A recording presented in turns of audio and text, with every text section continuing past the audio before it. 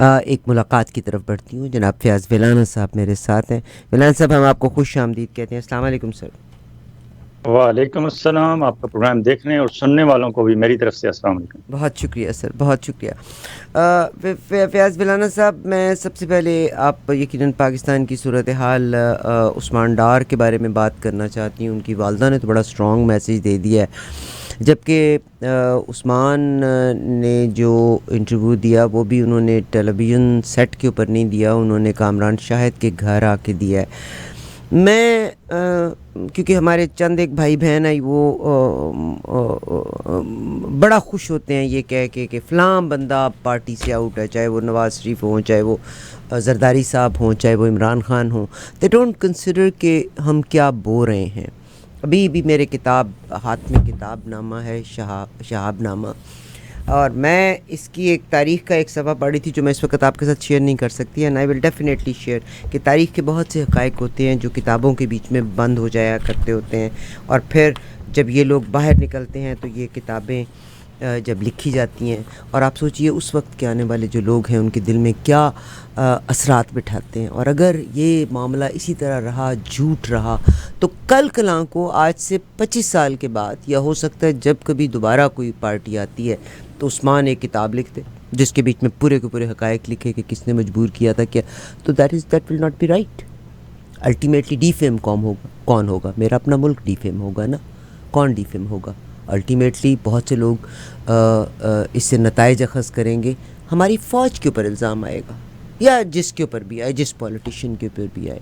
एक तरफ हम जमहूरियत को रोते हैं, और दूसरी तरफ जब मेरे दुश्मन के पेट में छुरियां मारी जाती हैं तो हम कहते हैं ठीक है। फिर तो बिल्कुल सही हुआ था जब पार्टीशन के वक्त जो हुआ था, अगर हिंदू या सिख उसके बारे में कहते हैं तो दे से द राइट थिंग, दोनों तरफ से जुल्म हुआ था। हाँ, क्या फरमाएंगे आप? ये उस्मान ने एक बयान दिया है, मगर उनकी वालदा का जो बयान है वो बड़ा एग्रेसिव बयान है, और उन्होंने बाकायदा चैलेंज किया है कि मैंने तो पार्टी नहीं छोड़ी। क्या फरमाएंगे इसके बारे में? ये जो उस्मान डार साहब का बयान है ना, इसको पूरे कॉन्टेक्स्ट में लेना चाहिए। पहली बात तो यह है कि उस्मान डार साहब को पेश कौन कर रहा है।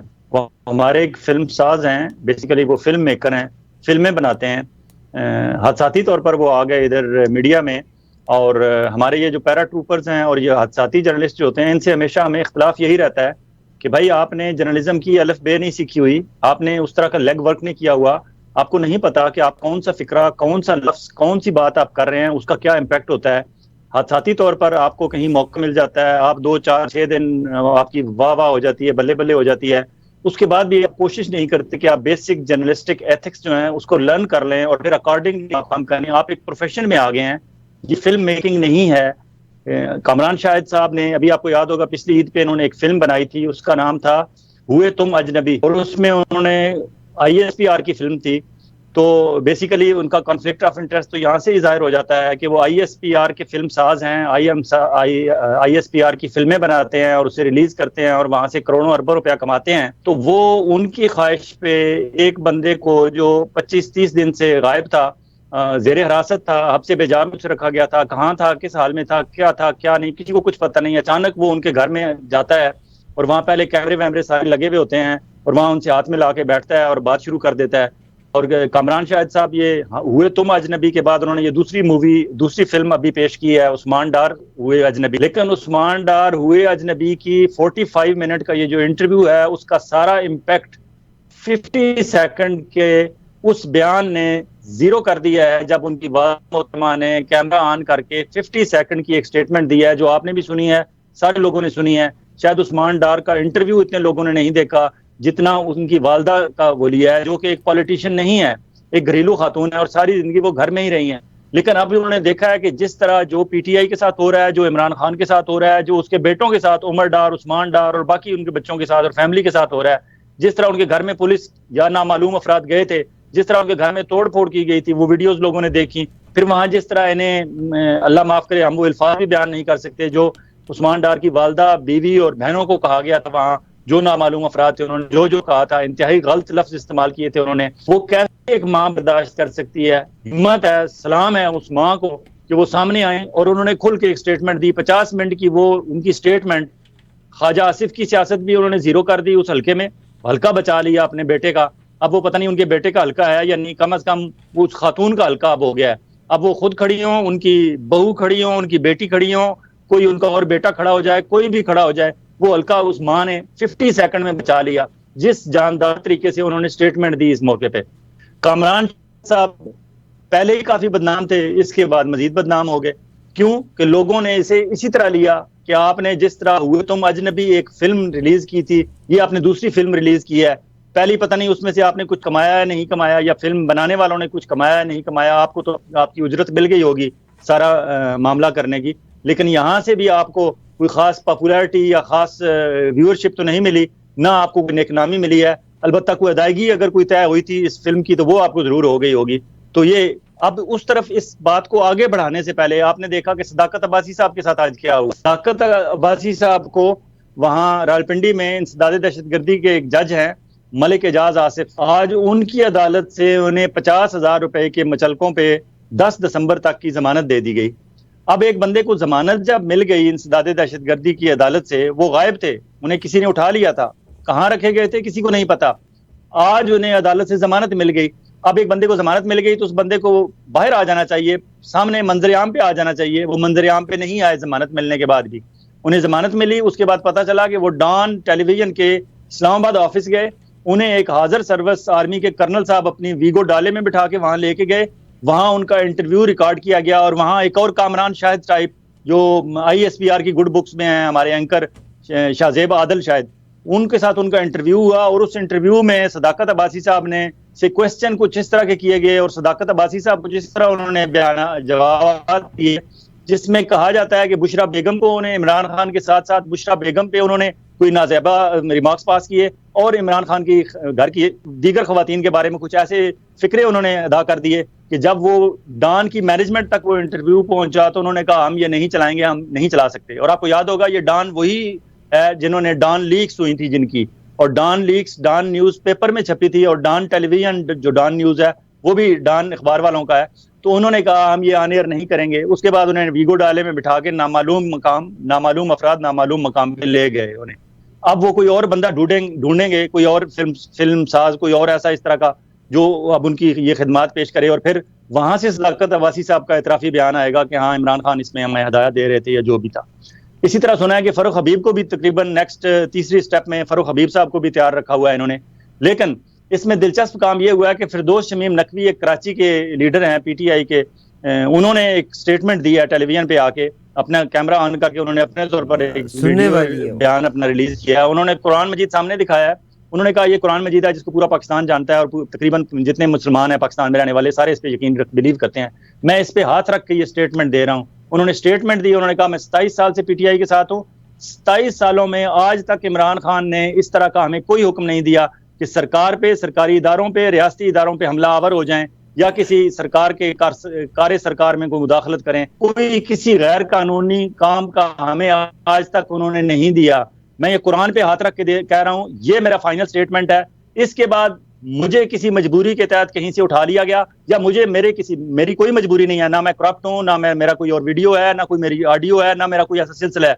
लेकिन इसके बावजूद मजबूरियां कुछ ऐसी होती है जिंदगी में, बंदे को पता ही नहीं होती। पता नहीं कल तक कोई ऐसी मजबूरी मेरे सामने लाके खड़ी कर दी जाए और फिर कोई मेरा बयान आपके सामने आए तो उस पर यकीन ना कीजिएगा। मेरा ये बयान है जो अभी मैं आपको कुरान शरीफ पे हाथ रख के आपको दे रहा हूँ। ये उन्होंने एक तरीका इजाद किया है। अब शायद PTI के कुछ और लोग ये तरीका इजाद करेंगे और ये ऐसे ही होगा जैसे अक्सर लोग आपने देखा होगा फेसबुक पे और सोशल मीडिया पे लोग अपना स्टेटमेंट जारी करते हैं कि किसी ने मेरा कोई अकाउंट बना लिया है, उस अकाउंट को फेक समझा जाए, मेरा यही एक अकाउंट है और इसके अलावा उस अकाउंट से अगर कोई बंदा किसी किस्म का आपसे बात करे तो उस पर यकीन ना करें। ये एक अजीब सिलसिला शुरू हो गया है। लेकिन हमारे नामालूम अफराद या हमारी नामालूम कुव्वतें या हमारे जो खुफिया हाथ हैं या हमारे फरिश्ते हैं, जो खलाई मखलूक है हमारी, वो जो कुछ कर रहे हैं पता नहीं उन्हें कहाँ से ये आइडियाज आ रहे हैं कि आज ये कर दें, कल ये कर दें, परसों वो कर दें। फॉर एग्जांपल उस्मान डार है, उस्मान डार 9 मई को हुए, अभी 9 अक्टूबर को 6 महीने हो जाएंगे। अब 6 महीने बाद एक बंदा स्टेटमेंट दे रहा है, उस पर कौन यकीन करेगा कि 6 महीने तक ये सोचता रहा है कि मुझे ये हदायत किसने दी थी हमें, और वो टाइगर फोर्स के इंचार्ज भी थे। इसी बात पे जमीयत उलमा इस्लाम फजलुर रहमान ग्रुप के सेनेटर हैं, कामरान मुर्तज़ा बहुत सीनियर लॉयर हैं सुप्रीम कोर्ट के, उन्होंने कहा है कि इसके अगर क्रॉस एग्जामिनेशन हो उस्मान डार की स्टेटमेंट की, उस्मान डार के इंटरव्यू का, तो उसमें इमरान खान को कोई नुकसान नहीं होता, उस्मान डार के इंटरव्यू में कोई जान नहीं है। अब ये जमीयत उलमा इस्लाम फजलुर रहमान ग्रुप का सेनेटर कह रहा है। देखें ये आगे सिलसिला किस तरह बढ़ता है, लेकिन अफसोसनाक सूरत हाल है, अच्छी बात नहीं है, जो हुआ है सो हुआ है। बहुत शुक्रिया। मगर एक बात मैं आपको, आपने एक बात कही और मेरी कोई जुर्रत और जसारत नहीं है कि मैं आपको करेक्ट कर सकूं, मगर yes I want to defend few people and I want to defend myself as well कि आपने जब ये कहा कि कामरान शाहिद, यस कामरान शाहिद ने फ़िल्में बनाई, ISPR ने कॉन्ट्रैक्ट करोड़ों के हिसाब से उनको दिया, मगर ये लोग हैं जिन्होंने उनको एक्सेप्ट किया, हालांकि वो झूठ की तरवीज कर रहे हैं, इसमें कतन कोई शक नहीं है। मगर बेशुमार सहाफ़ी इस वक्त पाकिस्तान में, जो आप अपने आप को कहते हैं, आप हामिद मीर साहब की बात कर लें, आज उनकी स्टेटमेंट्स डिफरेंट हैं, आप तलत हुसैन की बात कर लें, पढ़ते भी हैं, पढ़ाया भी है उन्होंने जर्नलिज़म को, मगर इस वक्त द मोस्ट अर्निंग्स जो हैं, I am not against the earnings, journalist की हैं। पाकिस्तान का अलमिया ये है कि हम ये देखते हैं उसमें कोई सहाफ़ी होना या ना होना नहीं है। द ब्यूटी ऑफ जिस सिस्टम में मैं और आप रहते हैं, anybody can change their profession at any time, any time, and they can be successful any, but unfortunately Pakistan का अलमिया ये है कि आम आदमी है तो वो सिस्टम को अब्यूज़ करता है, अगर वो सहाफ़ी है तो वो सिस्टम को अब्यूज़ कर रहा है, और मार पड़ रही है उसकी मुल्क में, जिसकी वजह से हाँ, लोग सच को सच मानने पे और झूठ को झूठ मानने पे भी तैयार नहीं। हम अपनी ज़ाती नफ़रतों और ज़ाती पसंद और नापसंद को मयार बना के चल रहे हैं। बहुत शुक्रिया। I am so sorry Fayaz भाई, मैं ओपनली आपको कहती हूँ, you are very renowned journalist and I respect you, मगर उसमें आप कनाडा में भी मैं देखती हूँ कि लोग एक ही सोटी के साथ, एक ही पैमाने के साथ गधे और घोड़े को नापते हैं, विच इज़ एब्सोल्युटली रॉन्ग। मैं सर आपसे पाकिस्तान के हवाले से उनकी बहनों को बारे में कहा, और जो अलीमा हैं उन्होंने बल्कि ये लफ्ज़ कहा है कि भाई मैं तो अदालतों के बीच में भी पहुंची हूँ, और अगर आपने मुझे अरेस्ट करके ही अगर आपको सुकून आता तो आप मुझे अरेस्ट कर लें। और अलीमा साहिबा ने, इमरान खान की बहन और उनकी बेगम, अभी रिसेंटली इस जेल में भी जाके मिली हैं, उन्होंने कहा है कि इमरान खान ने वेट बहुत लूज़ किया है। हालांकि उनके लॉयर ने उनके लोअर क्लास की जेल के बारे में ज़िक्र किया है, वेराज इमरान खान ने कोई कंप्लेन नहीं की, he does not want to leave country.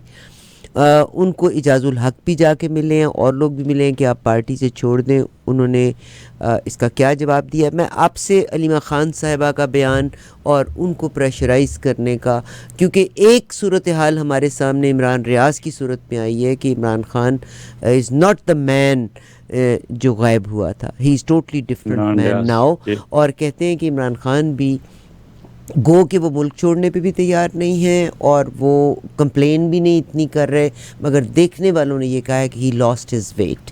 इसके बारे में कुछ फरमाएंगे आप? बिल्कुल बिल्कुल, आप ठीक बात कर रही हैं। अलीमा खान साहिबा का जो स्टेटमेंट है, उन्होंने जब अभी स्टेटमेंट दी है उसमें दो बड़ी अलार्मिंग स्टेटमेंट्स थी। एक तो उनकी इमरान खान की सेहत के हवाले से उन्होंने खदशा जाहिर किया, दूसरा उन्होंने सदर अलवी के बारे में कहा। आप मुझे याद कराइएगा, सदर अलवी के बारे में हम बाद में बात करेंगे। पहले आपके इस क्वेश्चन का मैं जवाब दे दूं कि उसकी इमरान खान की सेहत, बिल्कुल इमरान खान की सेहत के बारे में तशवीश है लोगों को। वकला ने भी कहा है, अलीमा खान ने भी कहा है, बुशरा बेगम ने भी कहा है। बुशरा बेगम ने तो बाकायदा दरख्वास्त भी दी है कि मुझे उनकी सेहत के हवाले से, उनकी ज़िंदगी के हवाले से ख़तरात दरपेश हैं और उन्हें घर का खाना और बाकी सहूलतें, ये वो जो भी उन्होंने कहा है। अब इमरान खान का वज़न बताते हैं, वकील भी बताते हैं, बहनें भी बताते हैं, कम हो गया है। लेकिन इससे ज़्यादा अलार्मिंग बात जो मेरे लिए और आम लोगों के शायद उस पर ज़्यादा बहस नहीं हुई, फैसल वावडा ने कहा है कि इमरान खान को दिल की तकलीफ पहले भी थी और दिल की तकलीफ हो सकती है। अब फैसल वावडा से कोई पूछे कि आप डॉक्टर कब से हुए, ये फैसल वावडा साहब वही हैं, ये बात ज़हन में रखें कि जब अभी हुकूमत जब आई थी, ये चेंज हुई, केयर टेकर गवर्नमेंट आई, तो उसके कुछ दिन बाद इस्लामाबाद में जो डीजी काउंटर इंटेलिजेंस हैं मेजर जनरल फैसल नसीर, उनके जो ऑफिस में के ब्लॉक की बैक पे जो ऑफिस है मारगला पहाड़ियों के दरमियान में, एक खुफिया सा ऑफिस है हमारी ISI का, वहाँ जब हमारे मीडिया मालकान को बुलाया गया था वहाँ, और उसकी हमने यहाँ रिपोर्ट भी किया था अपने प्रोग्राम में, वहाँ मीडिया मालकान को बुला के DG ISI और DG counter intelligence major general Faisal Naseer, इन दोनों ने मीडिया मालकान को जो कहा था कि अनफ इज़ अनफ, और अब हम इमरान खान की तस्वीर, उसका नाम और उसका जिक्र टेलीविजन स्क्रीन पर नहीं देखना चाहते, अखबारात में उसका नाम नहीं पढ़ना चाहते। बड़ी सख्ती से उन्होंने बैन लगाया था और ये कह के उन्होंने कहा था दैट्स इट। 8 मिनट की मीटिंग थी और 8 वहाँ अखबारात और मीडिया आउटलेट्स के मालकान थे, बाकी कुछ सीनियर बंदे थे, उनके रिप्रेजेंटेटिव थे। मालकान बुलाया तो मालकान को गया था, लेकिन वो सारे एकदम नहीं पहुंच सकते, अचानक कॉल किया जाए तो 8 पहुंचे थे, बाकी कोई उनके सीनियर रिप्रेजेंटेटिव थे, कोई कंपनी का प्रेसिडेंट था, कोई सीनियर एंकर पर्सन था।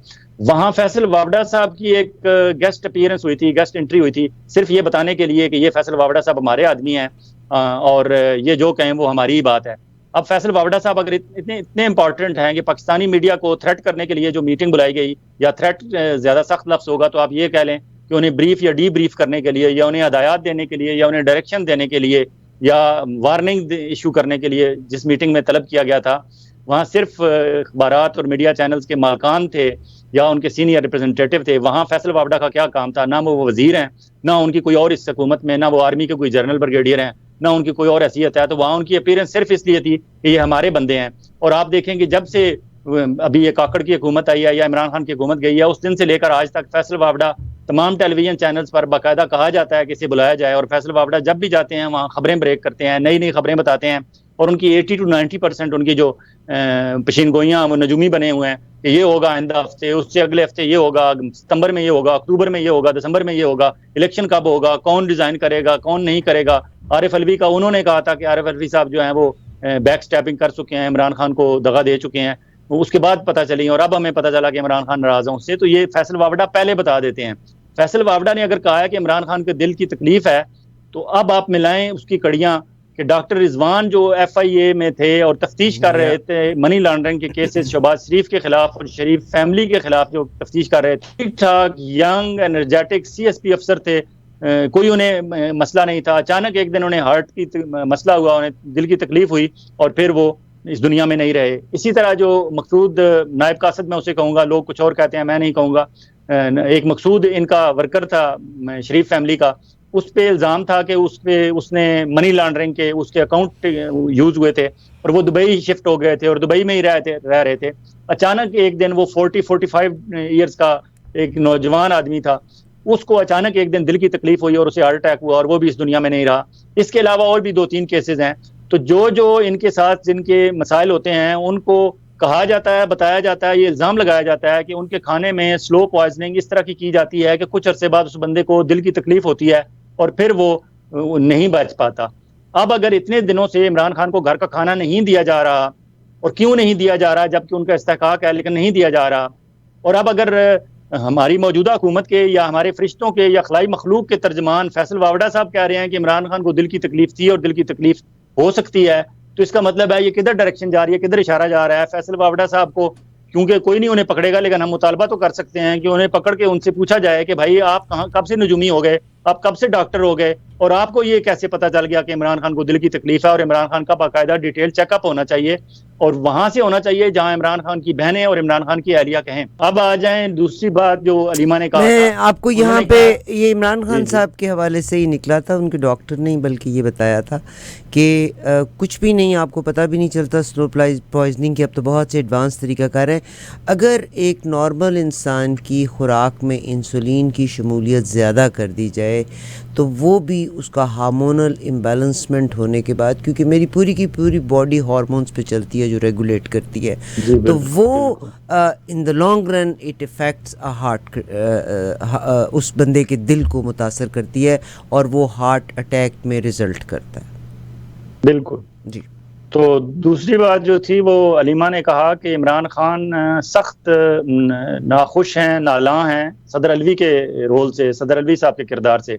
आपको याद होगा बहुत दिनों पहले, शायद 4-5-6 हफ्ते हो गए हैं, हमने अपने प्रोग्राम में, इसी प्रोग्राम में बताया था कि सदर अलवी साहब को जब आर्मी चीफ और DGISI एक दिन नवाने सदर में मिल के आए थे, जब उनका इलेक्शन की तारीख देने का मामला था और उससे पहले वो जो प्रोसीजर एक्ट पे साइन करने वाला जो साबका हुकूमत के बिल थे उन पे साइन करने और ना करने का, और वो बिल दबा के रखने और ना रखने का मामला था, उस वक्त जो पता चला था कि आरिफ अलवी साहब थोड़े से कॉम्प्रोमाइज़ हो गए हैं या अपने मौक़िफ़ से हट गए हैं या इमरान खान की बैक स्टैबिंग कर रहे हैं या इमरान खान के पीछे से खामोशी से हट गए हैं, तो उस वक्त हमने खबर दी थी आपको कि DGISI और आर्मी चीफ इमरान खान इसको ईवान सदर में सदर अलवी साहब से मिले हैं, और वहाँ मेरे सोर्सेज ये बताते थे, अगर कोई करेक्ट करना चाहे तो कर दे मुझे, ISPR वालों को मैं कहूँगा कि वो अगर चाहते हैं कि ऐसी बात नहीं थी वो वजाहत करें इसकी, लेकिन हमने इतने हफ्ते हो गए हमने ये बात की थी, कहीं से तरदीद नहीं आई।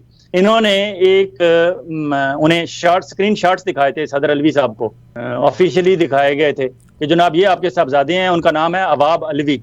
इन्होंने 9 मई के वाक़े के बाद हमारे रियासती इदारों के खिलाफ और स्पेशली हमारी आर्मी के खिलाफ और इन लोगों के खिलाफ उन्होंने स्टेटमेंट्स, उन्हें ट्वीट्स किए हुए थे, उनकी सोशल मीडिया पे प्रेजेंस थी। तो जनाब ये काफ़ी है हमारे लिए अवाब अलवी को पिक करने के लिए, और फिर अवाब अलवी से स्टेटमेंट लेके आरिफ अलवी साहब मोहतरम जनाब सदर पाकिस्तान आपके खिलाफ कार्रवाई का आगाज़ करने के लिए हमें ये स्क्रीन शॉट्स काफ़ी हैं। और वो दिन और आज का दिन, उसके बाद फिर सदर अलवी साहब बैक फुट पे ही हैं।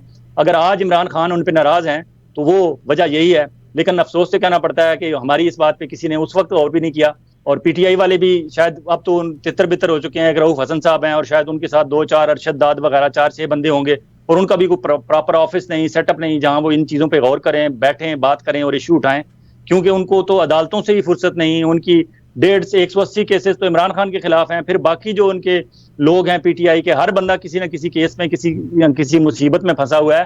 तो अलवी साहब पे बाकायदा अगर देखा जाए तो अलवी साहब को, अवाब अलवी जो उनके साहबजादे हैं, उनके स्क्रीन शॉट्स की वजह से अलवी साहब को ठंडा कर लिया गया था और उन्हें अपनी लाइन पे, अपनी डायरेक्शन पे लगा दिया गया था। वो वाकई किसी और की डायरेक्शन पे चल रहे हैं। वो PTI के साथ जो उनका एक 1996 से उनका जो ताल्लुक था, वो ताल्लुक ख़त्म नहीं हुआ तो कमज़ोर ज़रूर हो गया है।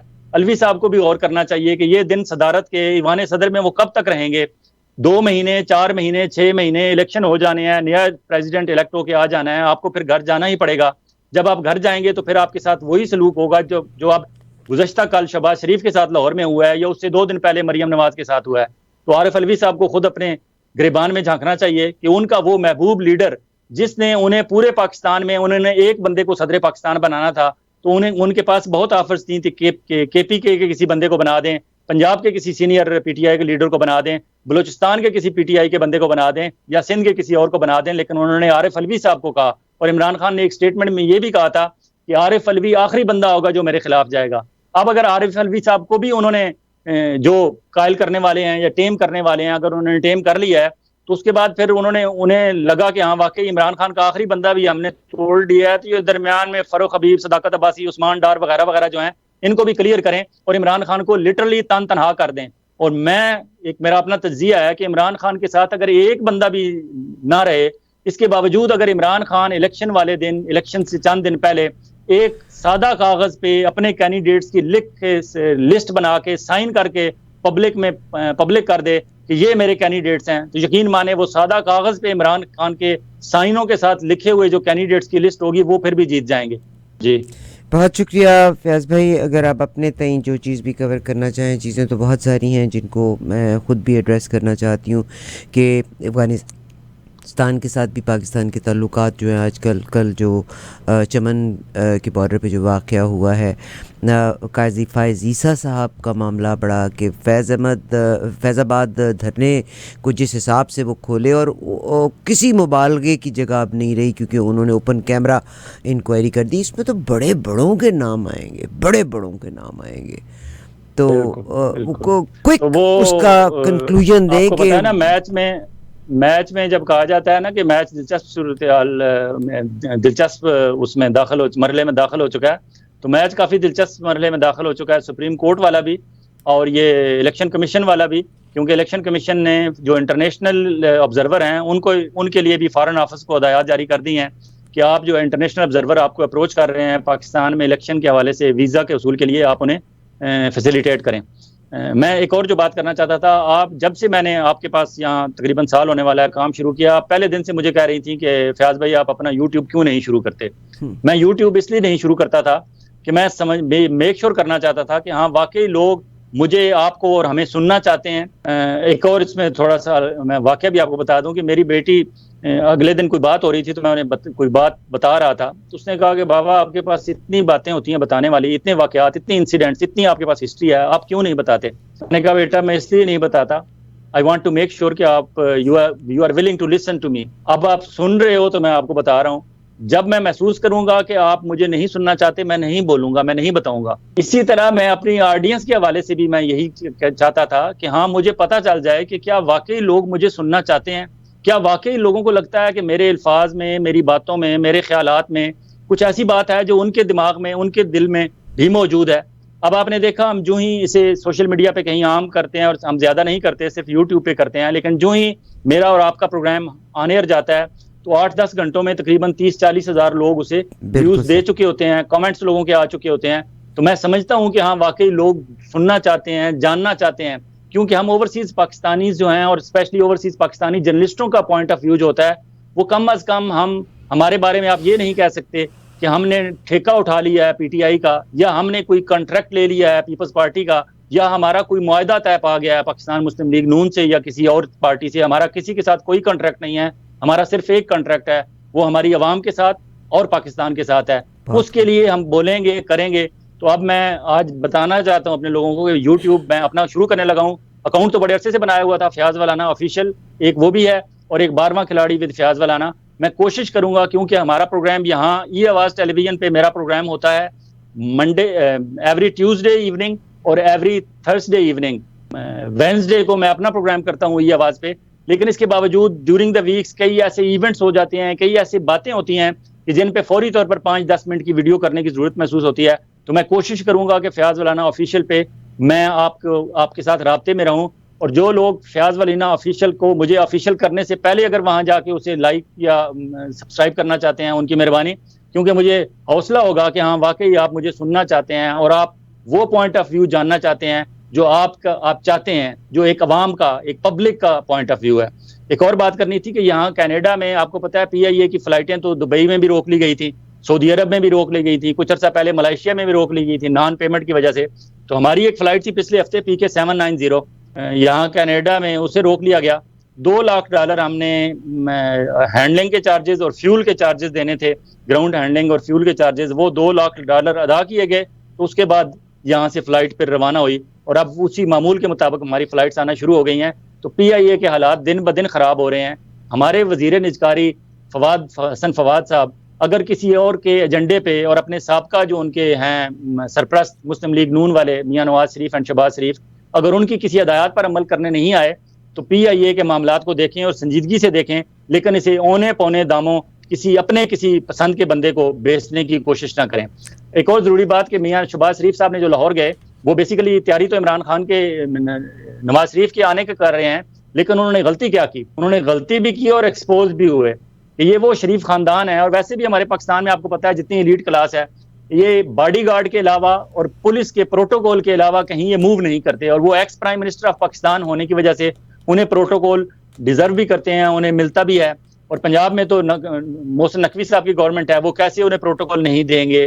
तो शहबाज शरीफ साहब ने क्यों अपने बॉडीगार्ड्स और प्रोटोकॉल्स के बगैर एक ड्राइवर के साथ वो लाहौर में उस जगह पहुंच गए जो मुस्लिम लीग नून का गढ़ है, और वहां जब पहुंचे और वहां लोगों ने जो उनके साथ सलूक किया, और आज आपको पता है आजकल लोग वीडियो ऑन करके तो उसके बाद सलूक फरमाना शुरू करते हैं, लोगों ने वीडियोज ऑन कर ली, और शहबाज शरीफ साहब के साथ वहां जो सलूक हुआ वो इंतहाई अफसोसनाक है। ऐसा नहीं होना चाहिए किसी भी लीडर के साथ। लेकिन मुझे ये भी शक है कि मियां शहबाज शरीफ साहब ने शायद जानबूझ के मियां नवाज शरीफ साहब को डराने के लिए ये काम किया हो, और फिर उस वीडियो को वायरल किया। अब मियां नवाज शरीफ साहब वहां से फिर बैठ के सोचेंगे कि अगर लाहौर पहुंचने के बाद मेरे साथ ये हो गया जो शहबाज शरीफ साहब के साथ पब्लिक ने किया है, तो मुझे तो नहीं जाना चाहिए। क्योंकि 2 दिन पहले मरियम नवाज ने जो कॉर्नर मीटिंग की थी, उसमें जो हाजिरी थी, उसमें अगर लाहौर में हमजा शहबाज लाहौर में बैठे हुए थे और बाकी जो हमजा शहबाज ग्रुप के लोग थे वो लाहौर में MPA के कैंडिडेट्स के साथ मीटिंग्स कर रहे थे, अगर वो चाहते तो वो जलसी ना होती, वो जलसा हो जाता वाकई मरियम नवाज का। लेकिन मेरे ख्याल में शायद ये जो नवाज शरीफ वर्सेस शहबाज शरीफ, उनके घर के अंदर जो लड़ाई है, उस लड़ाई में शायद मियां शहबाज शरीफ साहब और हमजा शहबाज ये चाहते ही नहीं कि नवाज शरीफ पाकिस्तान आए। अगर वो डराना चाहते हैं या वो उनकी किसी की हदायत पर उन्हें डरा रहे हैं, तो शायद ये भी उनकी एक कोशिश हो सकती है, सिर्फ मियां नवाज शरीफ तक ये पैगाम पहुंचाने के लिए कि हम पब्लिक में आप इतने पॉपुलर नहीं रहे, भाईजान आप वहाँ लंदन में ही रहें, आप पाकिस्तान तशरीफ ना लाएं, देखें क्या होता है। बहुत शुक्रिया। और अताउल्लाह तारड़ साहब इंग्लैंड में थे, जो कितनी गंदी गाली गलोच हुई वो भी आपके नोटिस में है। इसका मकसद है कि वक्त के साथ अब किसी की भी इज़्ज़त महफूज नहीं रहेगी, और इस वक्त जो हाकिम वक्त हैं उनको इस बात का अंडरस्टैंडिंग ज़रूर होना चाहिए। बहुत शुक्रिया फ़याज़ बिलाना साहब, इंशाल्लाह आपसे फिर मुलाकात होगी नेक्स्ट प्रोग्राम तक। दीजिए इजाज़त। Thank you very much.